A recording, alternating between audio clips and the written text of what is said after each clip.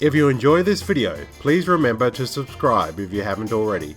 And if you like what you see on my channel and would like to support me on Patreon, click on the link below. This video is for all the dreamers out there. The Last Starfighter, released in 1984, tells the story of Alex Rogan, your average teenager, living in a trailer park with his mother and younger brother, whose only dream and aspiration is to get out of that trailer park and be somebody. His only accomplishment is getting a high score on the Last Starfighter video game, which is actually a recruitment to become a starfighter pilot to join others in the galaxy to fight the evil Xur and his forces in an all-out interstellar war. Screenwriter Jonathan Bertel was working as a cab driver when he wrote the first draft of a script. His idea for the movie came to him after he walked into a video arcade and saw a young boy playing a video game. At this time, he was reading the classic book, The Once and Future King, about the King Arthur legend of the Sword and the Stone, and a thought came to his mind: what if a video game would actually act as some kind of Sword in the Stone, and the main boy would score the highest score in a video game, and send a signal throughout the universe, and a simple Earth boy would be recruited into Starfighter Academy and be the savior of the galaxy. Space Invaders would be a major influence for the film. The script would be titled The Last Starfighter. Nick Castle would be the perfect choice as director. Castle was one of filmmaker John Carpenter's best friends in film school. Nick Castle would also act in Carpenter's breakout horror film, Halloween, in 1978, as the killer Michael Myers. During pre-production, the earlier draft of the script, The Last Starfighter, would take place in the suburbs, but producers thought the film would be too similar to Steven Spielberg's E.T., Poltergeist, and Close Encounters, which were all set in the suburbs. So it was decided to set the film in a trailer park. Casting the film would be a delicate process. The lead actor was easy to find. They cast actor Lance Guest. He, like director Nick Castle, had experience working in the Halloween franchise. Guest was in Halloween 2 in 1981, playing the character Jimmy, while co-star Dan O'Herlihy played the villain in the third Halloween film, The Season of the Witch, in 1982. Lance Guest was mainly cast because he had the qualities of actors Jimmy Stewart and Henry Fonda. Guest remarked that he pretty much walked straight into the role. The first movie job that I ever booked was Halloween 2, and the producer of Halloween 2, John Carpenter, is really good friends with his director, Nick Castle. Nick was saying, "Hey, I'm looking for this guy for this movie," and he was editing Halloween 2 with John Carpenter, and Nick's like, "Wait, who's that guy?" One thing led to another, thanks to Nick. For Alex's girlfriend, they cast Catherine Mary Stewart as Maggie, who had acted on Days of Our Lives for a while before getting the part of Maggie. The casting people recognized straight away during rehearsals that the two actors, Lance Guest and Catherine Mary Stewart, had great chemistry together. This would connect well with the audience. Stewart said during the callbacks, "We were up against the hot young actors in Hollywood of the day, including Ali Sheedy, who was up for the role of Maggie." I remember auditioning with him for this movie, and there were much bigger names auditioning for it than we were, but we had a real kind of a chemistry. We just clicked, you know. We sort of clicked, and I guess, you know, Nick Castle, the director, and everybody else kind of felt it. So, and we're still really good friends today. And that says something, I think.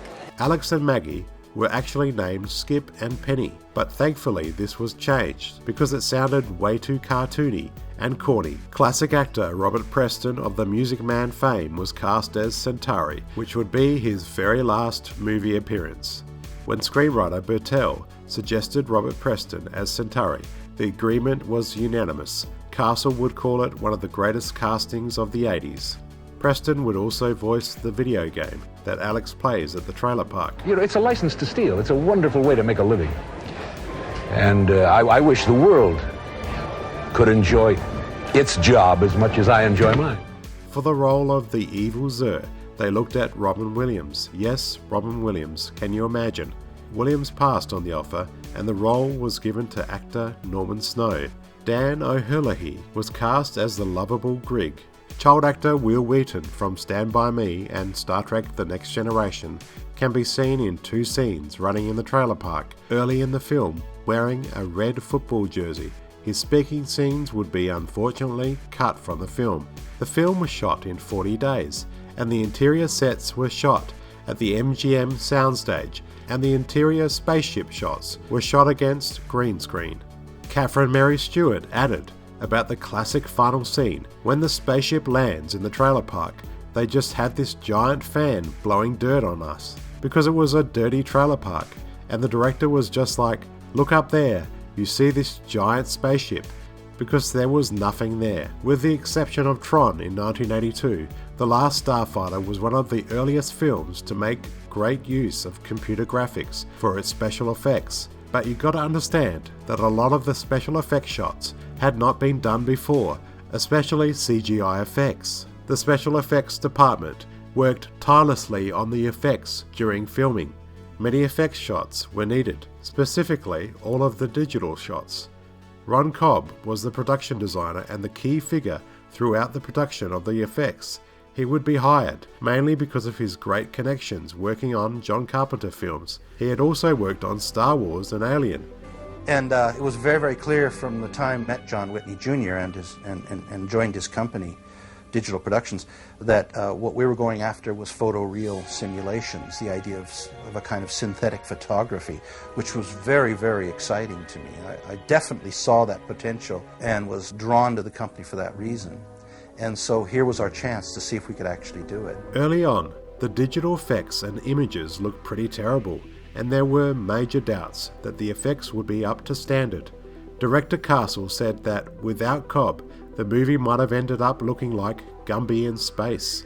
Digital Productions produced 27 minutes of CGI effects, and the film would feature 300 scenes containing computer graphics. In the end, some of the scenes didn't turn out exactly how they planned.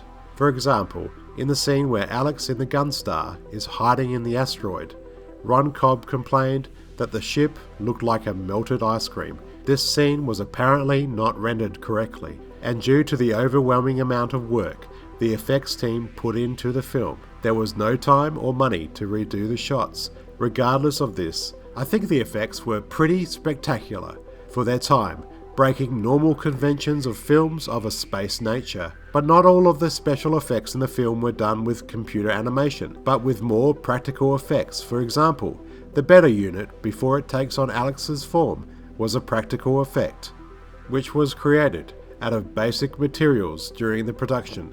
The star car that Centauri would drive was based on the DeLorean, with its gull wing doors and stainless steel construction, and the car was a real prop. In the end, the practical effects version was basically sheet metal with a VW motor inside, which was extremely loud and didn't go very fast while shooting. Regardless, the car looks very convincing in the film, and the digital effects shots look amazing. Nick Castle loved working with Robert Preston and said everyone loved working with the veteran actor. Preston is fantastic in the role.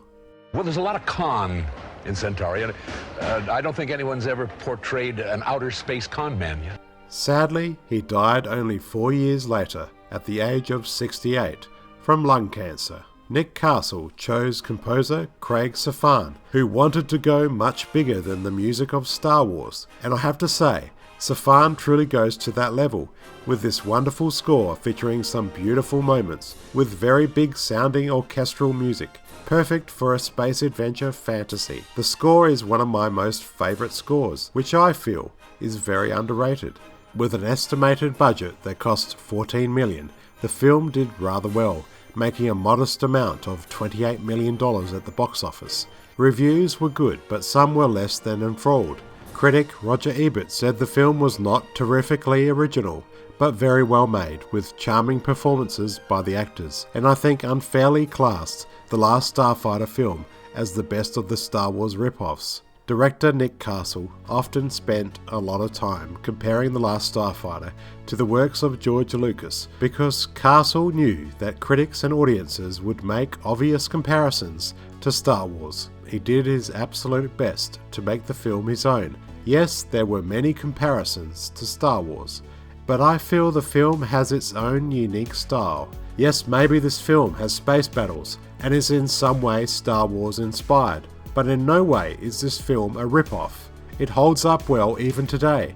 In the promotion of the film, Marvel Comics published a comic book adaptation of the film, and there was a novelization by Alan Dean Foster. Galoob created prototype action figures for the movie, but they were never produced because retailers didn't believe the film would be successful.